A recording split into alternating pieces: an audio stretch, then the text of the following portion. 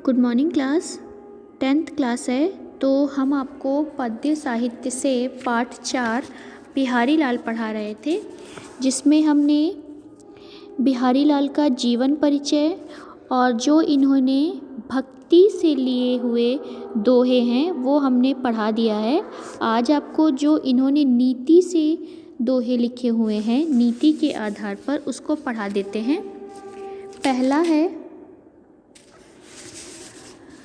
दूषह दुराज प्रजनु को क्यों ना बढ़े दुख दंदु, अधिक अंधेरो जगत करत मिली मावश रवि बिंदु।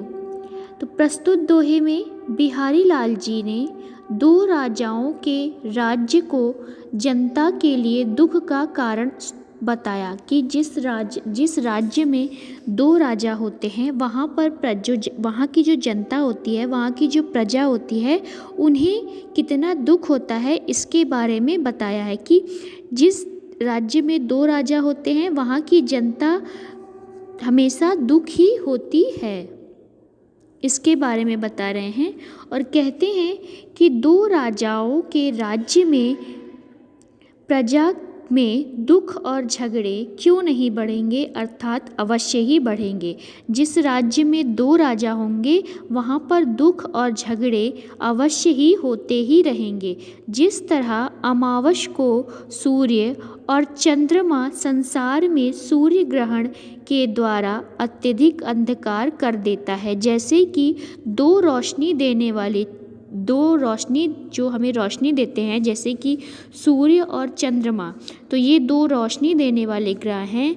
जब ये दोनों आमने सामने आ जाते हैं तो पूरे संसार में अंधकार छा जाता है, अर्थात इन दोनों के सामने आने से ही सूर्य ग्रहण लग जाता है। उसी तरह जैसे कि दो चमकने वाले ग्रह जब सामने आते हैं तो अंधकार छा जाता है, उसी तरह जिस राज्य में दो प्रजा होगी वहाँ दुख और झगड़े अवश्य ही होते रहेंगे।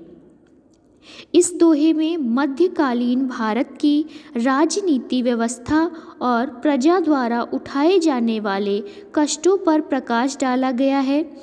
और इसमें भी भाषा है ब्रज, शैली है मुक्तक, छंद है दोहा, रस है शांत।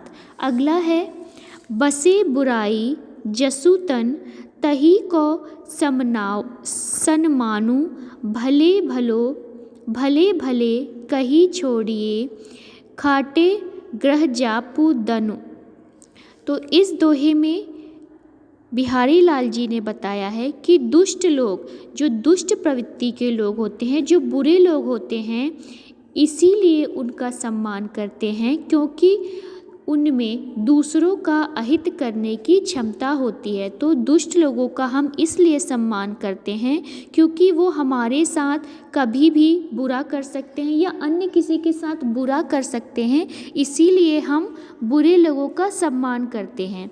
बिहारी लाल जी कहते हैं, जिस प्रकार से शुभ ग्रह को अच्छा बताकर छोड़ दिया जाता है उनकी कोई भी पूजा नहीं होती, किंतु जो क्रूर ग्रह होते हैं जैसे कि राहु और केतु आदि के दुष्ट प्रभाव से बचने के लिए लोग जप करवाते हैं, तप करवाते हैं, उनके लिए दान देते हैं।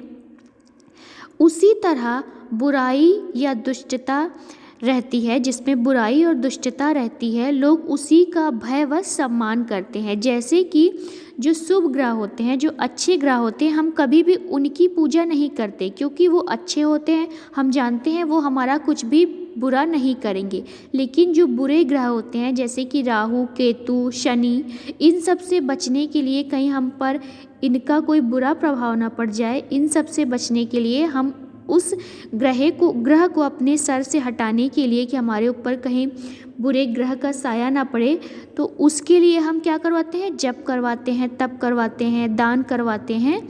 उसी प्रकार जो बुरे लोग होते हैं, जो दुष्ट लोग होते हैं, लोग उनका सम्मान भी इसीलिए करते हैं क्योंकि वो किसी के साथ बुरा कर देंगे, हम भयवश बुरे लोगों का सम्मान करते हैं। इस दोहे में कवि ने संसार के इस कटु यथार्थ का चित्रण किया है कि लोग भयवश ही दुष्ट लोगों का सम्मान करते हैं। इसकी भाषा है ब्रज, शैली है मुक्तक, छंद है दोहा, रस है शांत। अगला है नर की अरु नल नीर की, गति एक करी जोई, जे तो नीचो है चले ते तो ऊंचे होई। तो प्रस्तुत दोहे में बिहारी लाल जी ने कहा कि जो व्यक्ति जितना विनम्र होगा वह उतनी ही उन्नति करता है। जैसे कि मनुष्य और नल, पानी की एक जैसी स्थिति समझनी चाहिए। बिहारी लाल जी ने यहाँ पर पानी, मनुष्य और नल की दोनों की स्थिति एक समान बताई है और कहते हैं कि ये दोनों जितने नीचे होकर चलते हैं उतने ही ऊंचे हो जाते हैं। मनुष्य और नल जितने नीचे होकर चलेंगे वो इतने ही ऊपर जाएंगे। मनुष्य जितना विनम्र होगा उतनी ही उन्नति करेगा। मनुष्य जितना विनम्र होता है वो उतनी ही ज़्यादा उन्नति करता है। और पानी जितने नीचे से आएगा उसमें फुहारा उतनी ऊंचाई से आएगा। मतलब जैसे कि मनुष्य होता है वो जितना विनम्र होके चलेगा, जितना निर्मल होके चलेगा, वो उतनी ज़्यादा उन्नति करेगा। और पानी भी जितने नीचे से आएगा उसमें फुहारा भी अधिक होगा। अगर पानी ऊपर से गिरेगा तो वो कहाँ जाएगा? नीचे ही जाएगा। और मनुष्य अगर घमंड में रहेगा तो वो हमेशा नीचे जाएगा। तो इसलिए व्यक्ति को हमेशा विनम्र होकर नल के पानी के समान ही रहना चाहिए। मनुष्य को विनम्र होना चाहिए। इस बात को कवि ने दृष्टांत के माध्यम से तर्कपूर्ण तरीके से समझाया है। इसकी भी भाषा ब्रज है, शैली मुक्तक है। इसमें दोहा छंद का प्रयोग हुआ है। अगला है बढ़त बढ़त संपत्ति सलीलु, मन सरोजु बढ़ी जाए, घटत घटत सु ना फिरी घटे, बरु शमलु कुम्हलाई।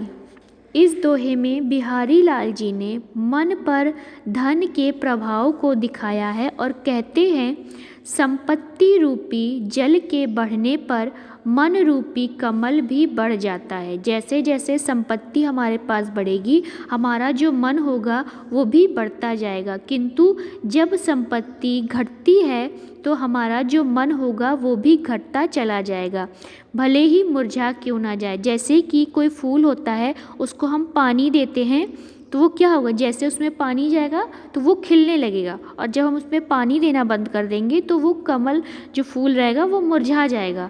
तो जैसे हमारे पास संपत्ति होगी हमारे मन की इच्छा भी वैसी होगी। अगर हमारे पास संपत्ति नहीं है तो हमारी इच्छा भी, मन की इच्छा भी नहीं होगी। कहने का अर्थ यह है कि संपत्ति बढ़ने पर मनुष्य के मन की उदारता भी बढ़ती जाती है और संपत्ति नष्ट होने पर वह जो उदारता होती है वह कम होती जाती है। अगला है जो चाहत चटके न घटे, मिलो होई न मीत, राज रजसु न छुआई तो नेक चिकने चित्त।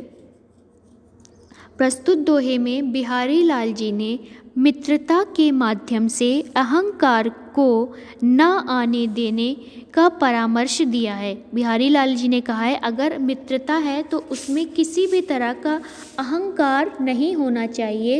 इस दोहे में इन्होंने यह बताया है कि यदि लोग चाहते हैं कि मित्रता में स्नेह संबंध रहे, उसमें किसी भी तरह का ईर्ष्या का भाव, द्वेष का भाव ना आए, वह प्रेम रूपी तेल में चिकनाए हुए चित्त पर अहंकार रूपी धूल नहीं पड़ने देता।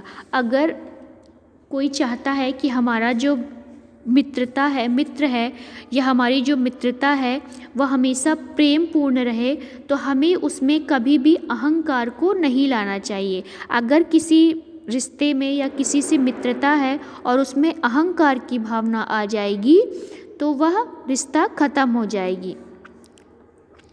तो वह रिश्ता ख़त्म हो जाएगा। इसमें मित्रता में अहंकार भाव के आने पर ही ईर्ष्या पनपती है, इसके बारे में बताया गया है। इसमें भाषा है ब्रज, शैली है मुक्तक, छंद है दोहा।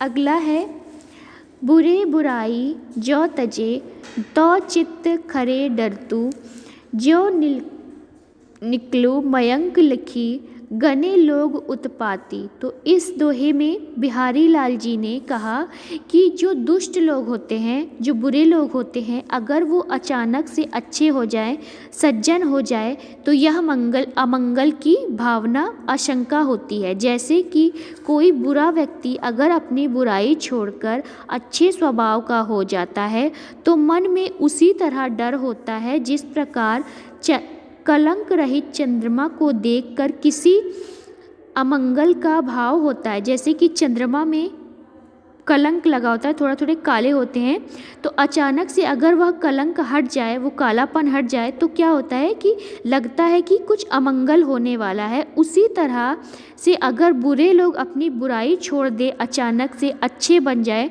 तो यह भी असंभव है और यह भी अमंगल का ही प्रतीक है। इसका अर्थ है कि कहीं ना कहीं आपके साथ कुछ बुरा होने वाला है।